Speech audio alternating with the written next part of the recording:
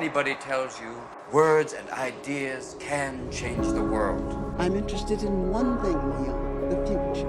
And believe me, I know the only way to get there is together.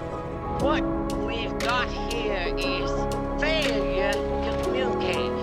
You may think you know what you're dealing with, but believe me, you don't. I want the truth! You can't handle the truth! For centuries, philosophers have used the dialogue to search for truth, because it's through conversation, through the logos, that we find it.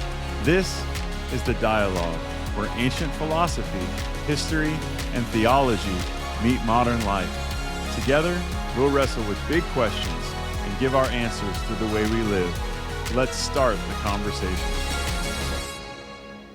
You gotta do it with the. Hang on. So you're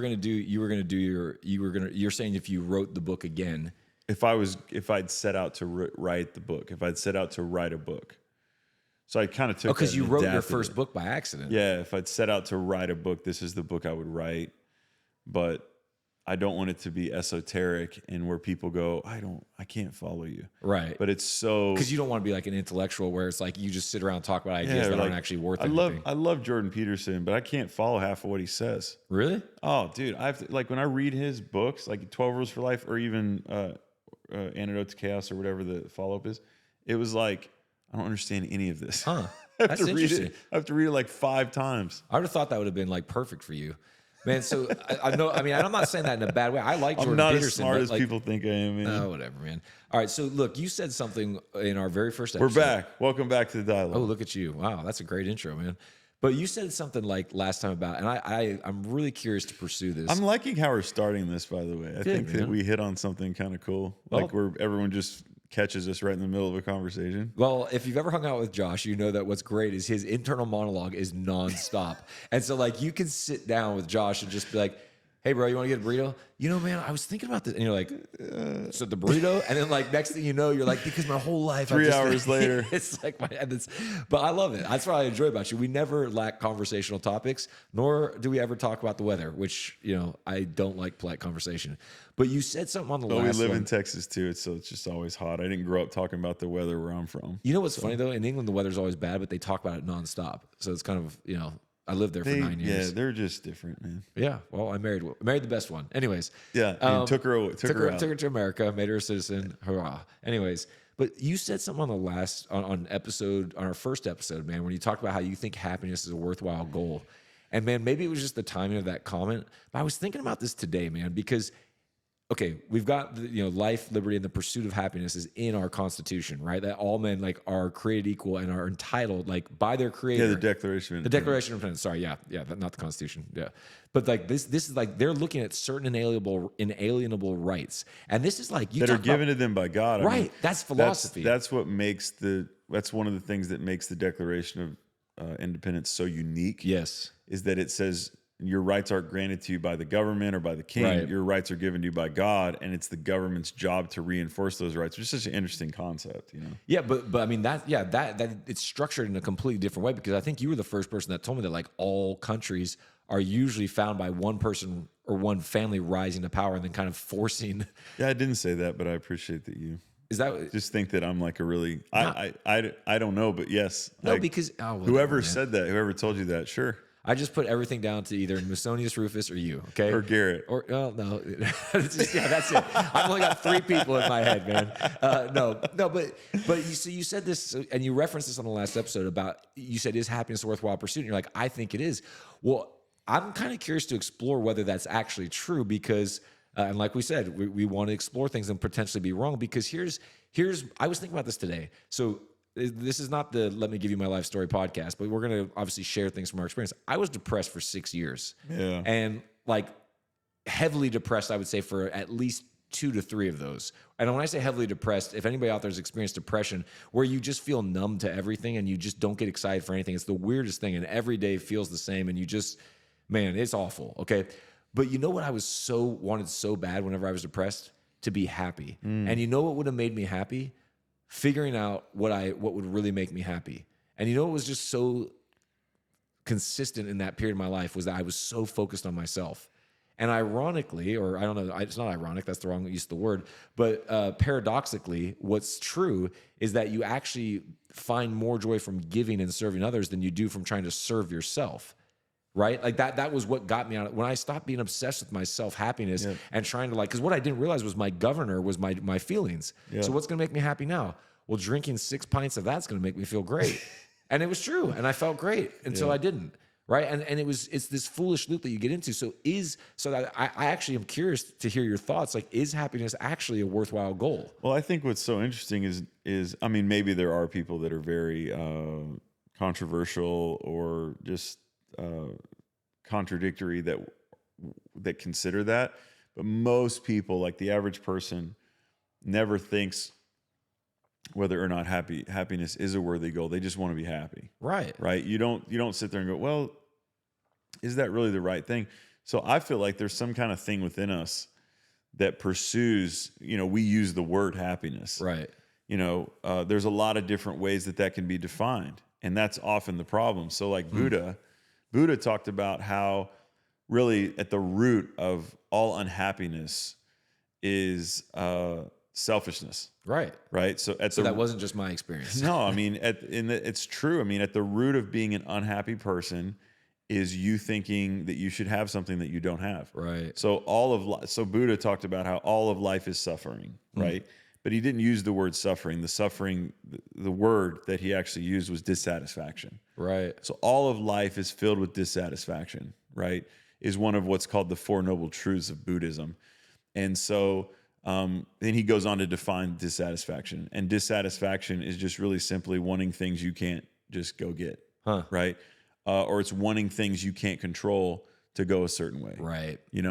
And that's a dynamic that we all live with. And so I think that the discussion on happiness isn't as much about whether or not happiness is a worthy goal. It's whether or not we have the right definition of happiness. Okay. Right. Okay. Good point. So for instance, Aristotle in his writing, he talks about there's a difference between what he calls limited goods and unlimited goods. So limited goods are limited, and they're also limited in how good they are for us. So money is a limited good. So money, there's a limit. There's only a certain amount of money in the world. Money is not infinite. Money is a tool. Money is a resource. So the question to ask with happiness is, why do I want to be happy? Right? So this is what Aristotle would talk about, to go back to limited goods as we consider that question. So money is a limited good in that it's limited. So for you to have more, someone else kind of technically has to have less. Well, if you're in the U.S., you just print more. Yeah. Well, we're trying that. How's that working out? Yeah. So it's limited in that it's not always good for you in massive quantities. Right. Like food is that way, desserts that way. There's all kinds of different things that we could throw out that are limited goods. So a limited good is different than an unlimited good. So happiness, how you and I define happiness, can be either limited or unlimited. Okay. Right? So we don't want happiness like we want money. Right. We want money not because money's amazing. We don't just have again, there's always maybe one person in the world who's really into money. Right. And just have, they're like Scrooge McDuck. They don't spend it. They swim in it. Yeah. Swim in it. Yeah. But really, we want money because of what money can do for us. Right. Okay. So money's a limited good in that it's a tool, a resource that leads to something that we think is good. Yeah. Right? Right. Okay. I think I see where you're going. So the reason we want happiness, though, right? The reason why we want something called happiness is for the sake of itself. So that's how you know something is like an unlimited good, that when you have you can have an unlimited amount of happiness. Right. Because happiness in itself is a goal. Right. So a limited good is, and there's a whole long, I'm not just trying to be confusing, I want to simplify it. So money is good in that it leads to the things that we think are good. Yeah. It's a tool between us having what we don't want, or us not having what we want, and us getting what we want. Right. Right. The problem arises with money when we turn money into the goal. Right. So when we turn money into happiness. Right. Right. There's the Bible talks about that. It's not, you can hear preachers talk about all that stuff. It's not, money is not evil. It's the love of money that's the root of all evil. Well, why is that evil in a philosophical way? We can understand why it's evil in a biblical way, idolatry, all that, greed, all that stuff. But in a philosophical way, why is that? Why is it bad to, like, let's say, love money? Because money is not, you can accumulate as much of it as possible, but that doesn't mean that you are going to feel any better. Right. So, like, limited goods work that way. They're only good for you. They're limited in how good they actually are for you and how good they can actually make you feel. Like, you talked a second ago about, you think, okay, I'm depressed, I'm going to go drink. Yeah. And you just keep, people that do that, they don't ever get undepressed. Right. They just drink more. They just feel better for a time. That's exactly right. They start to live a life, and I've known people like this on a level. You've kind of had this experience yourself, but we live in a world where, like, people are this way. They just are. They don't stay in a constant state of drunkenness, but then every day of their life becomes, I've got to get my next drink. Yeah. And maybe they're chemically addicted to alcohol, but even beyond being chemically addicted to alcohol, drinking is the only thing that makes them feel good or numbs the pain or whatever.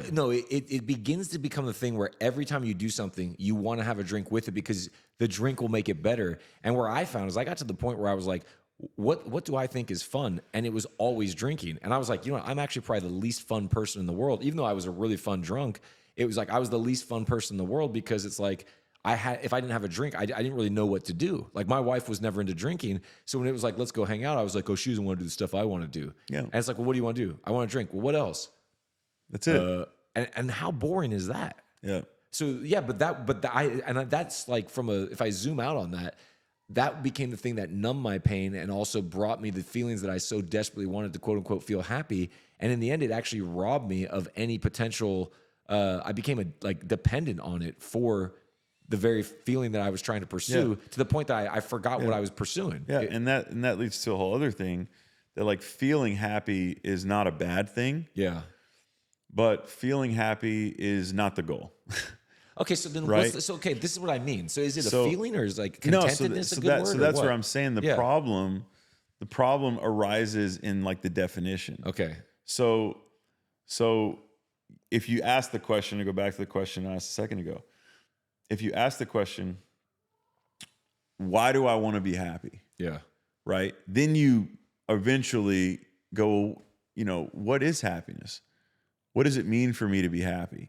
And the thing that we know is that like things like pleasure and fame and all that, you reach the end of that. I mean, you see people that are massively successful, massively famous, have every, Solomon, you can read the book of Ecclesiastes. People ask me a lot of times, where should I get started in philosophy? You should start by reading the book of Ecclesiastes. Wild book. I can't believe it made it in the Bible. You see, and we think it's Solomon. No one really knows. Someone's going to be like, hey, stop. We don't know if it was Solomon. Like, it's like mostly people think it's Solomon. But this person, experienced everything that they ever wanted. And they get to the end of their life and they're like, all this is meaningless. And a lot of people think that's like nihilism, that he's just given up on life. But for me, he ends the book of Ecclesiastes by saying, at the conclusion of everything, nothing is better than to just eat, drink, and be merry, just to enjoy your life every day, right? And what a lot of people do is they chase feeling good, right? They chase pleasure.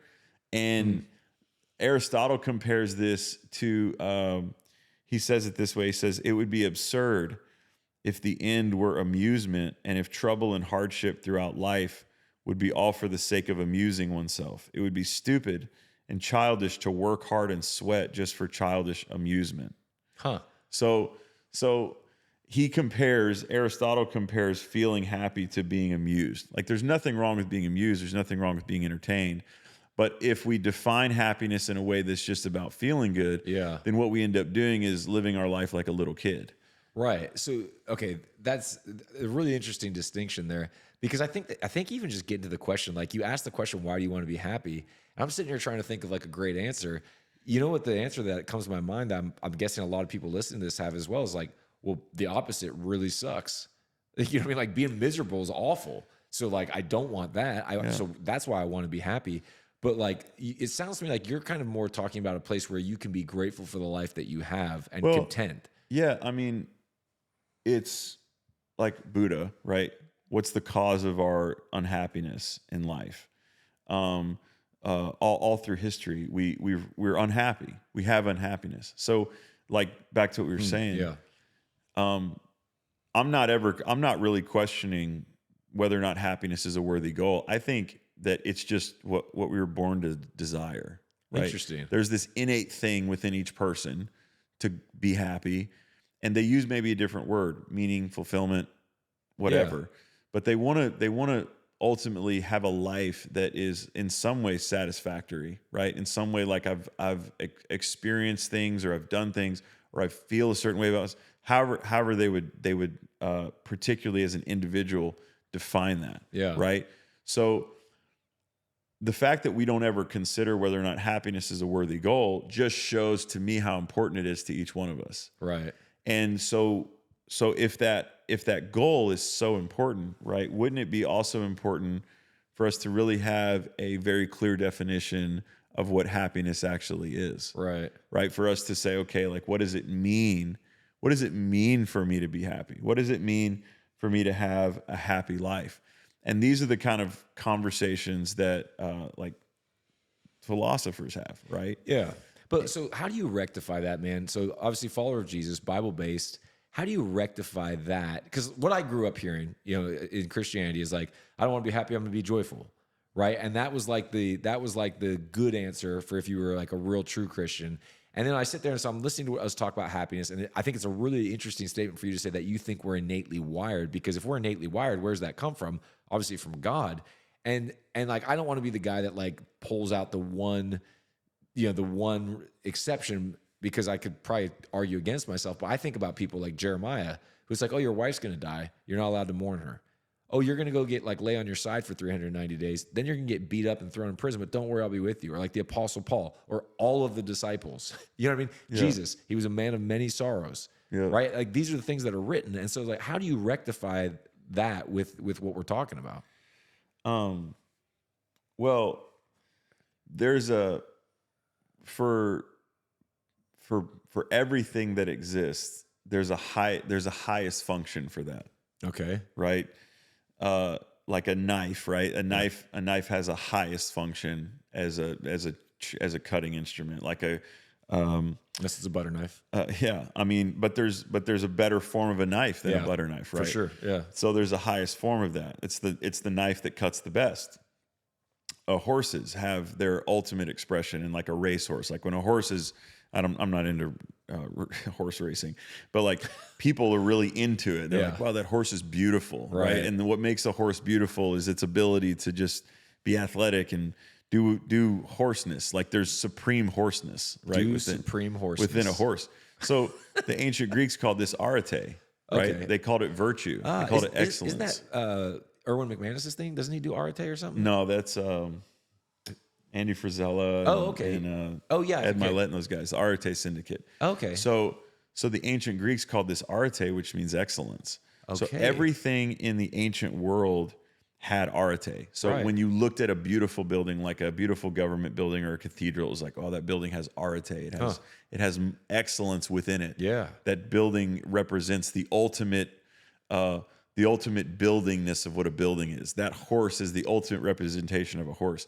That cobbler, that person that makes shoes, they can make the best shoe we've ever seen. Right. There's arete within that. So then these philosophers started to think about, what's the arete of a person?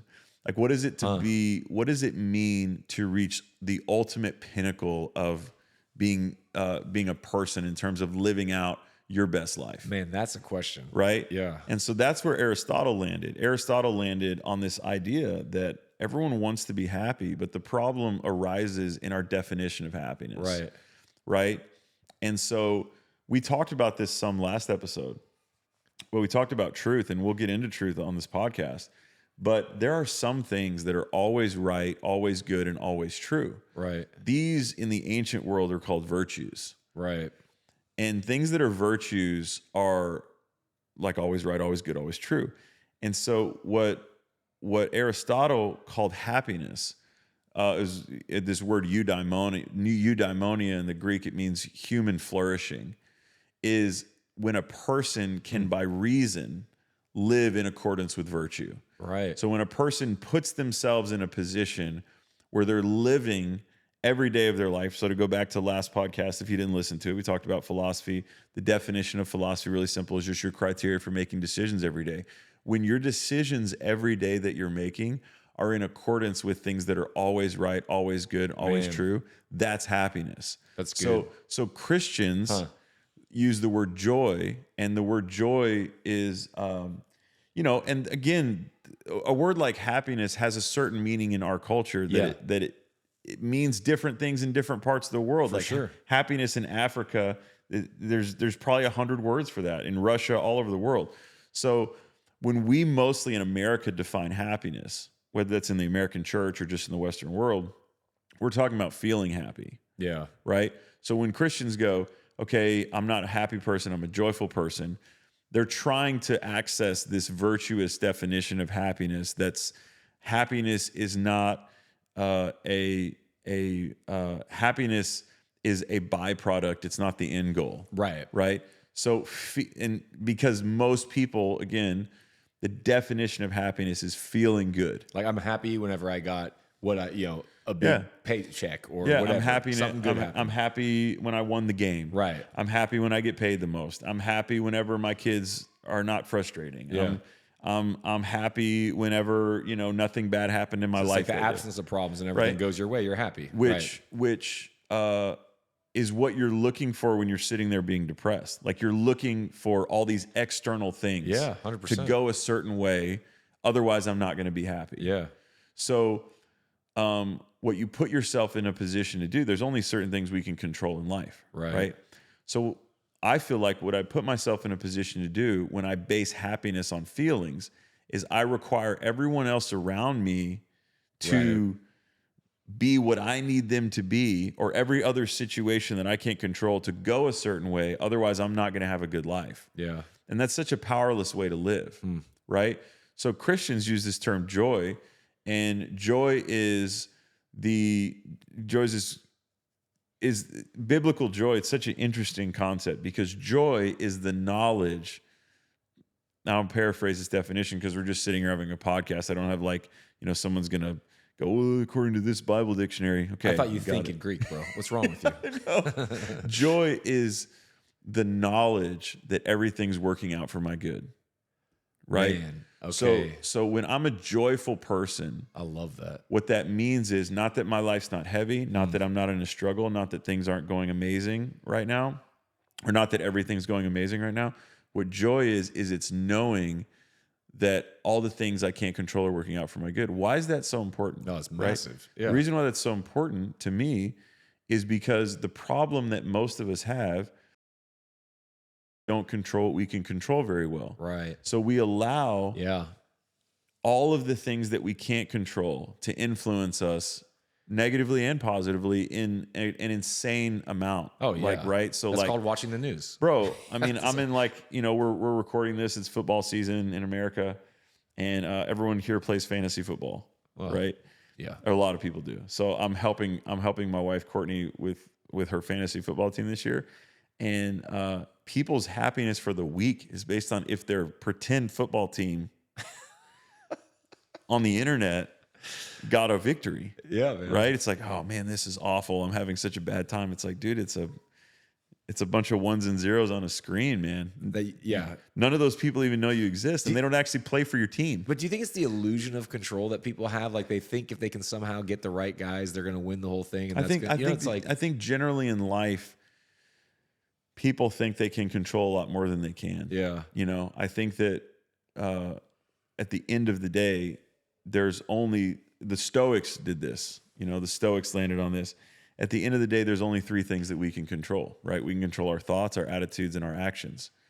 So what they believed was that everything they couldn't control, so back to the logos concept that we talked about last time, everything that they couldn't control was working out in a reasonable and logical way, and that was always best. So if you're a philosopher, things that are logical are always best, right? One of the ways I say it is if you want to guarantee making a bad decision, make a decision based on your feelings. Right. And all of us that have made decisions based on their feelings, me included, know exactly what that's like. Yep. Like when I get upset and I fly off at the handle and I say a bunch of stuff I shouldn't have said, I always come back and regret that later or whatever. People get all upset at their job. They quit their job. They don't have any other job lined up. They walk out of the office. Felt good for a moment. 3 hours later, they're like, what have I done to myself, right? So we all know that experience. So if you want to make good decisions, don't make decisions based on your feelings. Right. So back to what I was saying, the ancient philosophers believed that the best way to live was in a logical and reasonable way and in accordance with reason, because the universe was going to work out that way anyway. And that was always the best outcome for us. The best outcome for us was everything going towards logic. So, Scripture comes along in Romans chapter 8, verse 28. If you're a Christian and you're listening to this, you know this to be true. Romans chapter 8, verse 28 says, God causes all things to work together for our good, for the good of those that love God and are called according to his purpose. That's a thought from Stoicism that Paul included in the Bible. Yeah. That thought didn't originate with Paul. That thought originated in Stoicism, but actually it originated with Heraclitus hundreds of years before Stoicism showed up on the scene. And I kind of alluded to this last time, so I'll kind of finish this. So this idea of the logos, right? This universe, this logic that governs the universe. It's in John chapter 1. John chapter 1 says, in the beginning was the Word, and the Word became flesh and dwelt among us, and the Word was God, and the Word was with God, and all that. And the Word is basically Jesus, right? Yeah. So the way I heard that taught all grown up was that the word meant Bible. Right, yeah. Right? In the beginning was the Bible, and that was how preachers would preach it. Yeah. The word John uses there in capital letters is the Greek word logos, and he's talking to an audience that understands this concept that was very popular at the time, that in the beginning was the logos. So the universe was governed by reason and logic, and that became a person, and that concept became a person in the person of Jesus. So logic and reason and truth, Jesus said himself, I'm the way, the truth, and the life, became a person. And we should live. So I've always had this thought, like Jesus said, I am the truth. How can a person be truth? I mean, I know he's not just a person. I know he's God. But how can a person be truth? Well, in a simple, practical way, it's because living like Jesus represents the most truthful, beneficial, and best way to live. Right. That's so interesting. Because in verse 29, following Romans 8:28, he tells us what good is. He says, those he loved, he foreknew. Those he foreknew, he predestined to be conformed into the image of Christ. Yeah. That makes so much sense now after what you just said. Yeah. And so there's a lot of meat on the bone there that we'll talk about you know, in all of our conversations. But back to what I was saying. So what God is trying to get us to understand, or what the universe is trying to get us to understand wherever we are in our faith journey. Don't say the universe. What source? I like when people say source now. A lot of people say source. Is that what they say? Source is trying to teach us. Yeah. It's very new age. So anyway. I haven't heard that. Everything that you can't control, right? Whether you're a Stoic philosopher or a Christian, is going to work out for your good. Why don't more things in our life work out for good then? Right? Yeah. And the reason why, this is what I've landed on so far. I don't have all the answers. But this is what, in my experience, this seems to be true. The reason why more things don't work out for my good is not because of all the things I can't control. It's because I don't control what I can control very well. I get in a tough situation. I don't control my thinking very well. My thinking goes sideways. Well, then what happens next? My attitude goes sideways, which is my approach to life. And then all of a sudden I start making dumb decisions. Yeah. And it's like I read this story recently of, it happened in 2019, but I read it recently. There was a guy who's an electrician in Austin, in Texas, where we live. And he got fired from his job. And maybe he was wrongfully terminated. Who knows? He came back and he threatened to kill the people that worked at the company. And he got arrested and put in jail on like a $5,000 bond and was charged with making terroristic threats, which could lead to up to 10 years of jail time. Jeez. Okay. I understand the difficulty of getting fired. Right. It's hard. It's tough. You can't control that. Can't control if you got fired or not. His life wasn't going to be that bad because he got fired, because he could have controlled what he could control really well. This guy's greatest problem was that he didn't control himself very well and created a whole nother level of issues. Kidding. So what happens to us is we have a negative thing that happens that we feel negatively about. It sends our thoughts south. It sends our attitude south. Then we make bad decisions and we just snowball that, keep snowballing that down to where then we prevent all the things that could work out for our best, for our good, from working out for our good, because we're actively working against that. Yeah. So how do you stop actively working against that? Like, I know we're talking about happiness and stuff. So how do I create happiness? Yeah, that's what I'm saying. Yeah. How do I formulate happiness in my daily approach to life? Yeah. How do I control everything to be happy? Yeah. I have to make sure, number one, that I'm not focused on externals at all. Right. And that's a lifelong pursuit. Right. That's one of the deepest challenges ever. Yeah, because we have five senses that are We telling have us stuff five all the senses. time. We Yeah. have external stimuli hitting us all the time. It is why it's why life's a journey. It's not a destination. It's like, Hey, Aerosmith said that. It's beautiful. every day is another opportunity for us to practice living out this philosophy and saying, okay, I'm not going to focus on what I can't control. But then the second thing that you can do is go, I'm going to control what I can control to the best of my ability. Right. I'm going to control my thinking in a way that's virtuous. So back to what Aristotle said. So how do I have a happy life? How do I have happy thoughts? The way I have happy thoughts is I think according to what's always right, always good, always true. The Bible tells us to do this. Yeah. Right? Yeah, whatever is good. Yeah, whatever is holy, meditate. whatever is pure, think on these things. Yeah, think on these things. Yeah. So Scripture tells us to do that. Philosophy tells us to do that. Therapists tell us to do Yeah. that. So whoever you want to listen to. Listen to somebody. They're all saying the same thing. They're all saying Yeah, the same thing for because real. this stuff is just true. So I have to put myself in a position where I'm thinking in accordance with virtue. Then I have to have a certain attitude in accordance with virtue. And we'll talk about attitude another time.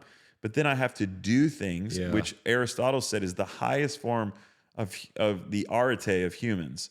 Man. The highest form of humanity, the most happy person is the person who does everything that they can in accordance with things that are always right, always good, and always true. I've seen this to be true in my own life. I'll give you a really simple example. There's been one of the things I've learned from my dad is whenever you feel like you're going through a hard time, to be generous, you know?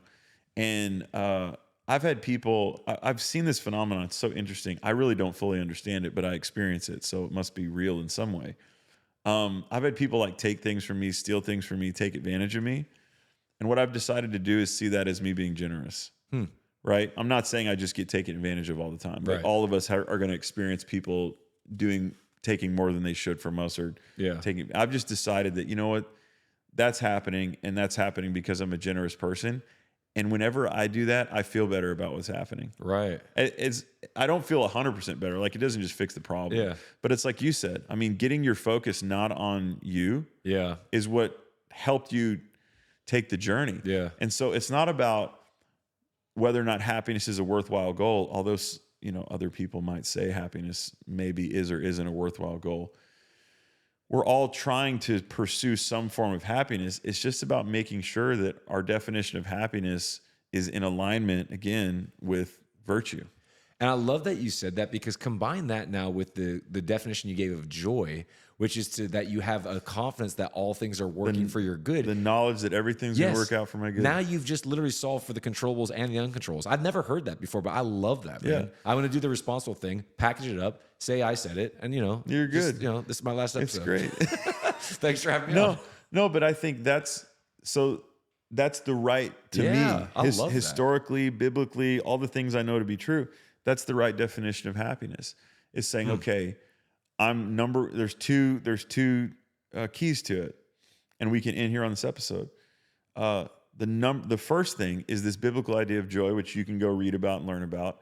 It's the knowledge and the understanding that everything's working out for your good. But then the second thing is making sure that everything that you can control. Yeah.